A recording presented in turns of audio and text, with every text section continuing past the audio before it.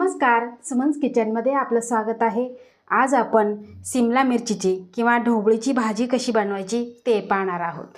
आता बऱ्याच वेळा मुले ही भाजी खात नाही, तर वेगवेगळ्या प्रकारची भाजी बनवली जाते, पण आज अतिशय सुंदर चमचमीत अशी वेगळ्या चवीची आज आपण भाजी बनवणार आहे।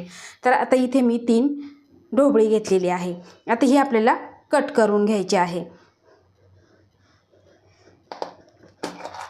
बघा, अशा पद्धतीने आपल्याला कट करायची, यातलं बी काढून टाकायचं आहे आणि जेवढी मोठी ढोबळी असेल तेवढे आपल्याला अगदी छोट्या छोट्या फोडी करायच्या आहे। एकदम पातळ पातळ अशा फोडी करून घ्यायच्या आहे। बघा, अशा पद्धतीने आपल्याला कट करून घ्यायची आहे। बघा, अशा पद्धतीने आपण ढोबळी मिरची कट करून घेतलेली आहे। आता बघा, गॅसवर पॅन गरम करायला ठेवलेला आहे आणि त्यामध्ये आपल्याला 1 चमचा तेल घालून घ्यायचं आहे आणि त्यानंतर आपण जी ढोबळी कट केली ती आपल्याला परतून घ्यायची आहे। कारण आपण कट करायच्या आधी धुवून घेतलेली, त्यामुळे आपल्याला आता ही धुवायची नाही। बघा, आता आपण हे 2 मिनिटासाठी फक्त परतून घेणार आहे।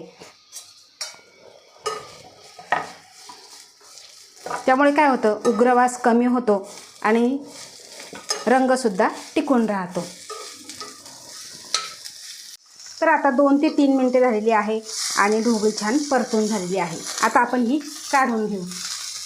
आता त्याच पॅनमध्ये आपल्याला 1 चमचा तेल घालायचं आहे आणि त्यामध्ये घालायचं आहे आपल्याला इथे 2 चमचे शेंगदाणे।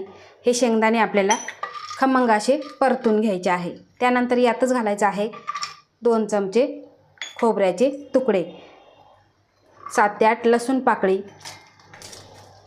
2 सुकलेली लाल मिरची आणि त्यानंतर आपल्याला 1 इंच आलं घालायचं आहे। आता हे सगळं आपल्याला खूपही लाल करायचं नाही, हलकंसं सोनेरी रंगावर आपल्याला परतून घ्यायचं आहे। तर इथे शेंगदाण्याचा, खोबऱ्याचा, मिरचीसुद्धा छान तळलेली आहे आणि खोबरं आणि शेंगदाण्याचा रंग बदललेला आहे। आता याच ठिकाणी आपल्याला यामध्ये सगळ्यात शेवटी घालायचं आहे 1 चमचा पांढरे तीळ। तीळ भाजण्यासाठी जास्त वेळ लागत नाही आणि सगळ्यात आधी जर घातले असते तर ते चटचट उडून सगळे बाहेरच उडाले असते। तर बघा, हे सगळं आपलं भाजून झालेलं आहे। आता हे काढून घ्यायचं आणि पूर्णपणे आपल्याला थंड करायचं आहे। आता शेंगदाणे, खोबरं, मिरची, तीळ हे सगळं थंड झालेलं आहे आणि इथे मी मिक्सरचं भांडं घेतलेलं आहे। यामध्ये आपल्याला हे सगळं घालून घ्यायचं आहे।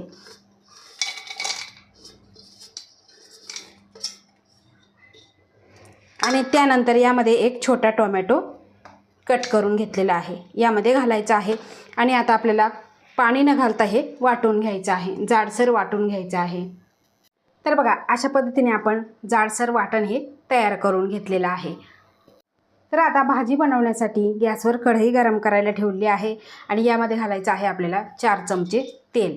तेल तुम्ही तुमच्या आवडीप्रमाणे घालायचं आहे, पण ही भाजी जराशी स्पायसी आहे त्यामुळे थोडंसं तेल आपल्याला जास्त घालायचं आहे। आता यामध्येच घालायचं आहे आपल्याला अर्धा चमचा जिरं आणि 4 ते 5 इथे काळी मिरी घेतलेली आहे। जिरं छान आपल्याला फुलवून घ्यायचं आहे। आता जिरं छान फुललेलं आहे, यामध्ये घालायचं आहे 1 मोठा कांदा मी उभा पातळ कट करून घेतलेला। आता कांदा आपल्याला अगदी थोडासा सोनेरी रंगावर परतायचा आहे, खूपही आपल्याला लाल करायचा नाही। तर इथे कांदा आपला हलकासा सोनेरी रंगावर परतून झालेला आहे। आता आपण जे वाटण केलं ते वाटण यामध्ये आपल्याला घालायचं आहे आणि सगळं मिक्स करून आपल्याला तेल सुटेपर्यंत परतून घ्यायचं आहे। गॅसची फ्लेम आपल्याला लोच ठेवायची आहे। तर इथे वाटण परतून झालेलं आहे आणि तेलसुद्धा सुटलेलं आहे। आता यामध्ये आपल्याला काही कोरडे मसाले घालायचे आहे। तर इथे बघा, अर्धा चमचा हळद पावडर, 1 चमचा मिरची पावडर, अर्धा चमचा धना पावडर, चवीपुरतं मीठ आणि त्यानंतर यामध्ये घालायचं आहे आपल्याला अर्धा चमचा कसुरी मेथी। आता हे सगळं आपल्याला मिक्स करून घ्यायचं आहे। बघा, अशा पद्धतीने मिक्स करायचं आहे आणि त्यानंतर पुन्हा आपल्याला यामध्ये अर्धा कप दही घालायचं आहे. दही खूप आंबट घ्यायचं नाही, तर दही हे ताजं घ्यायचं आहे. आता हे दही यामध्ये आपण घालणार आहे आणि त्यातच आपल्याला घालायचं आहे अर्धा कप पाणी. तर बघा इथे अर्धा कप पाणी घेतलेलं आहे. हे सगळं यामध्ये घालायचं आहे आणि आपल्याला मिक्स करून घ्यायचं आहे. अशा पद्धतीने आपल्याला मिक्स करून घ्यायचं आहे. चमच्याने जरासं घोटून घ्यायचं, म्हणजे ज्या दह्याच्या गठोळ्या असतील ते छान अशा फुटल्या जातात. ताजं दही घेतलं की चवीला भाजी छान लागते. आंबट जर दही घेतलं तर भाजीची चव ही बिघडू शकते आणि घरात कोणीही भाजी खाणार नाही. त्यासाठी ताजंच दही घ्या. तर आता हे सगळं मिक्स करून घेतलेलं आहे आणि यावरती आपल्याला झाकण ठेवायचं आहे तेल सुटेपर्यंत. अगदी 2 ते 3 मिनटे आपल्याला झाकण ठेवायचं आहे. तर इथे 2 ते 3 मिनटे झालेले आहे. तुम्ही इथे भाजी बघू शकता. तेल सुटलेलं आहे आणि सगळं मसाला सगळं एकजीव झालेलं आहे. आता यामध्ये घालायची आहे आपण जी ढोबळी परतून घेतलेली, ती यामध्ये घालायची आहे आणि फक्त आपल्याला 3 ते 4 मिनटे ठेवायची आहे, कारण आपण पहिली परतून घेतलेली आहे आणि ढोबळी शिजायला जास्त वेळ लागत नाही.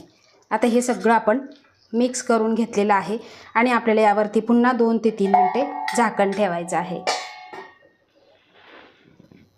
तर इथे 3 ते 4 मिनटे झालेली आहे आणि तुम्ही इथे भाजी बघू शकता. अतिशय सुंदर अशी ही भाजी तयार झालेली आहे आणि ढोबळीसुद्धा छान अशी शिजलेली आहे.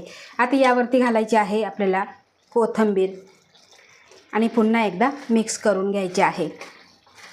तर अशा ह्या सोप्या पद्धतीची तुम्ही भाजी एकदा नक्की बनवून बघा. चवीला अप्रतिम लागते. ही भाजी तुम्ही चपातीबरोबर, नानबरोबर, रोटीबरोबर किंवा साध्या भाताबरोबर सुद्धा खाऊ शकता. मुलांना डब्याला देऊ शकता, प्रवासात नेऊ शकता.